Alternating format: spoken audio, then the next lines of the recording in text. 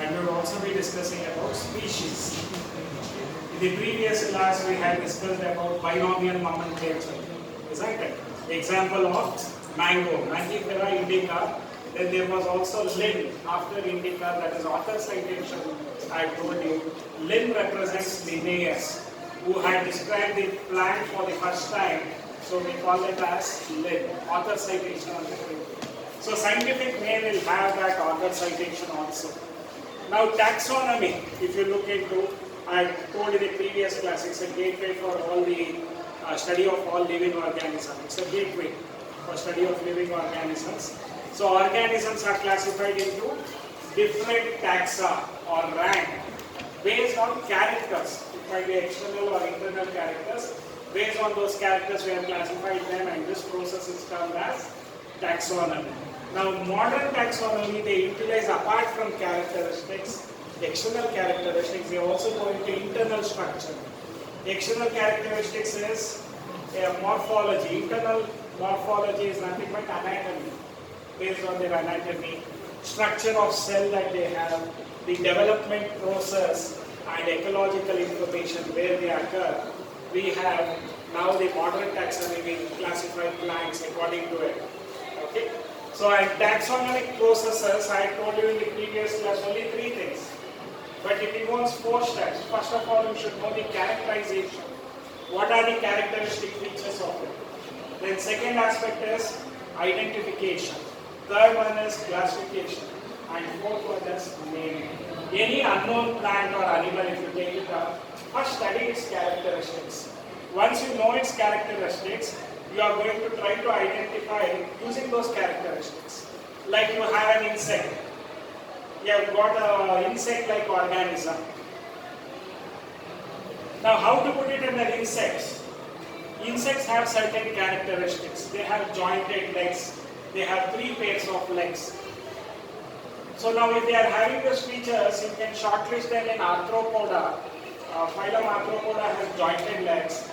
Then 3 pairs of legs is found in Insecta. 4 pairs of legs in Arachnida. Spiders are not insects because they have 4 pairs of legs and they are placed under Arachnida. Okay? So that is how, based on the characteristics, you can identify the organism, then classify them.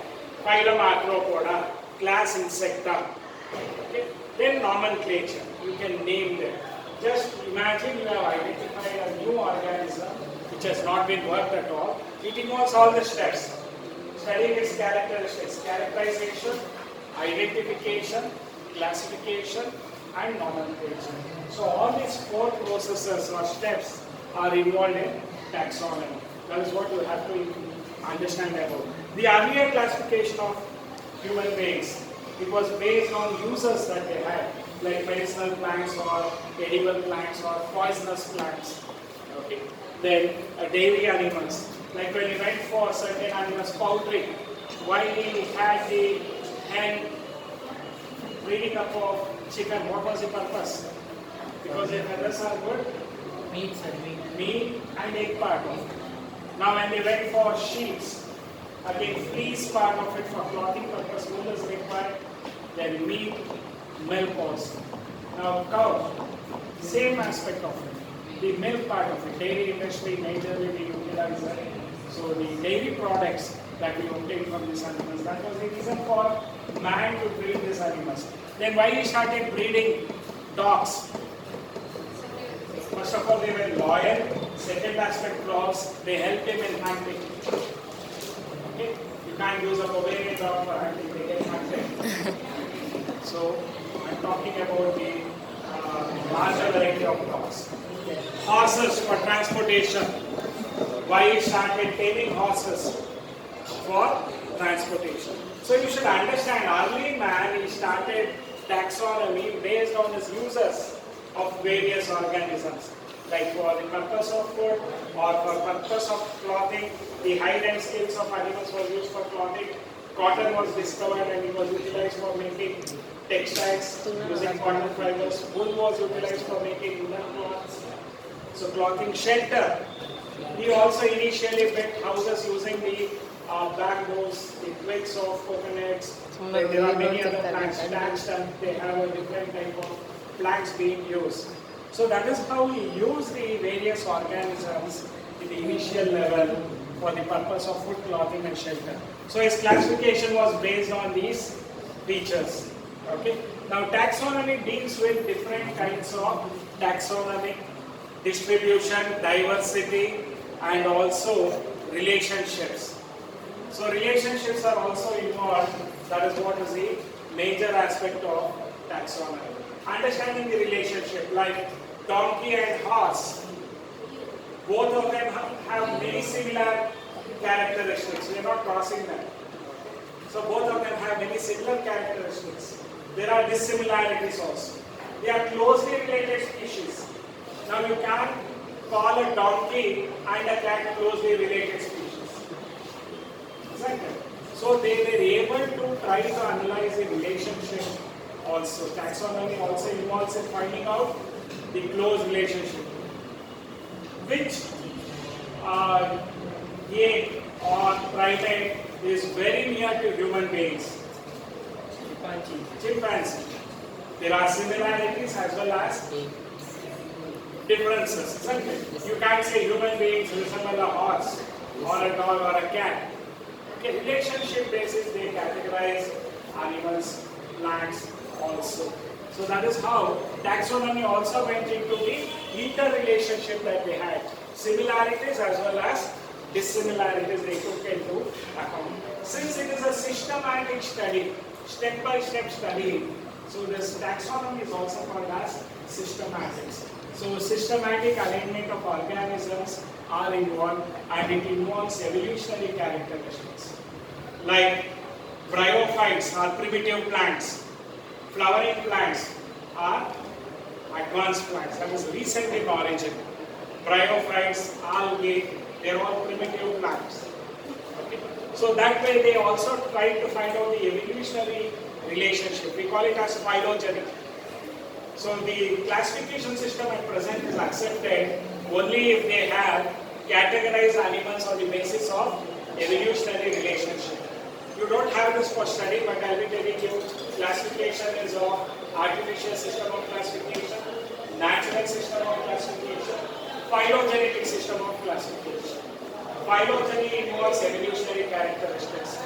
Okay, artificial system or one or two characters, they classify plants or animals, that we call it as artificial system. Many characteristics we call it as natural system of classification. Phylogenetic system of classification, it involves evolutionary characteristics. Like I told you, bryophytes are primitive plants when compared to angiosperms. Gymnosperms are primitive plants when compared to angiosperms. So that is how we have position of phylogeny is involved. Okay. Now taxonomic categories. So based on characteristics, we have classified them as rank or taxa based on categories that they have, characteristics that each one of them have. And we call this category as taxonomic category. So classification involves hierarchy of steps. Hierarchy means even now we have an hierarchy in this institution. So there is management. So the management will have the highest post as president, second is managing director, third is director. So the fourth will be the principal, fifth will be the vice principal, sectional heads. So this hierarchy is there. Everywhere there is a hierarchy. Even in your workplace you notice a hierarchy. Okay. So even in taxonomy we have this hierarchy. Step by step arrangement. Highest position, least position is there in this hierarchies. So taxonomic hierarchies, all the taxonomic categories are considered as taxonomic hierarchies. Okay. Now insect group, I told you, three jointed legs they have. Three pairs of jointed legs. So they are placed under kingdom Animalia, phylum Arthropoda. Kingdom Animalia because they have characteristic features of animals. What is the characteristic features of animals? Absence of cell wall, reserve food material is in the form of glycogen, so they exhibit mobility. So all these features are there. So they have placed them under kingdom Animalia, it is the highest hierarchy. Second is phylum or division, Arthropoda. Okay, before that, there is it comes under invertebrates. Then it comes under phylum or division as Arthropoda. Then you have the class Insecta. So that is how they are placed in the taxonomic categories. So you should understand this hierarchy position. Highest hierarchy is kingdom, least hierarchy or fundamental unit of this hierarchy is species. Okay, species is the lowest level in the hierarchy. Highest level is kingdom. So there you have the various steps that are arranged.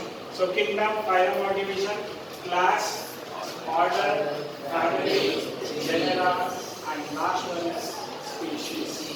Okay. So the knowledge of characters of individual or group of organisms, knowledge of characters of individuals or group of organisms, which helps in identifying similarities and dissimilarities. Now almost the spider and insects are very much similar, but they also have dissimilarity.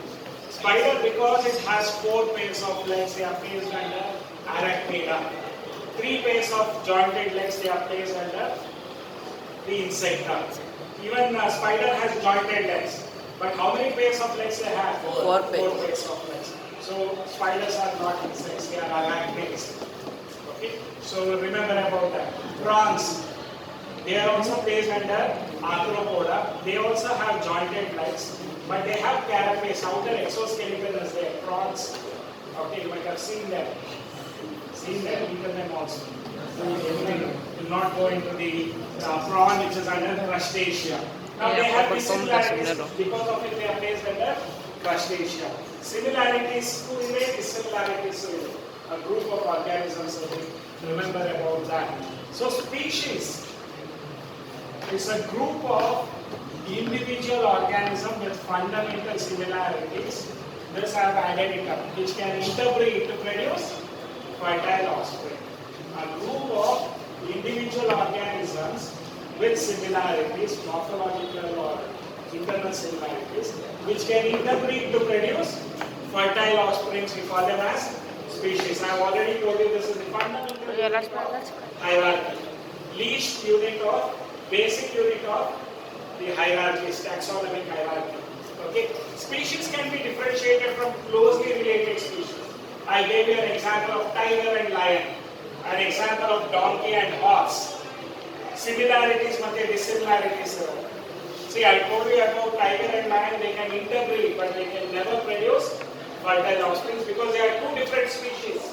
Similarly, horse and donkey, they can interbreed, but they can never produce fertile offspring because they are different species. Okay, so mule, we are talking about mule and liger, they are all sterile. Okay, so remember about that. Now there are some examples for the species. Mangifera indica, scientific name of mango. Okay, Solanum tuberosum, tuber, so potato. Then there is Panthera leo, lion. Panthera tigris, tiger. Solanum nigrum, they use it for making greens. Okay, so it's our market. The berries are small, black berries are similar. Okay, so that means a poemas. Anyway, that is called as Solanum nigrum. Okay, so these are all the different types of organisms. Now, if you look into it, Panthera leo, Panthera tigris, the genera is same, but species differs. Leo is lion, tigris is tiger. Okay. Similarly, Solanum tuberosum, Solanum nigrum, both of them have the same generic name, but their species vary. Solanum tuberosum is potato, Solanum tigrum is nigrum or tiger. What we are doing? Yes, nigrum. Solanum nigrum is a green. Greens we use them as. Okay, Solanum melangina, brinjal plant.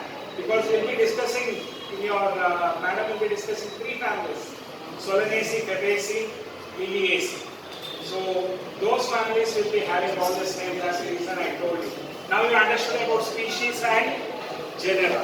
So in the coming classes we'll discuss about genera, family, order. Taxonomic aids we'll also be discussing about like the herbarium, zoos, botanical gardens, then keys for identification of plants and animals. So all those we'll be discussing in the coming classes. One more class will complete the syllabus of this first topic, will complete diversity of living organisms. So that is what is for today's class.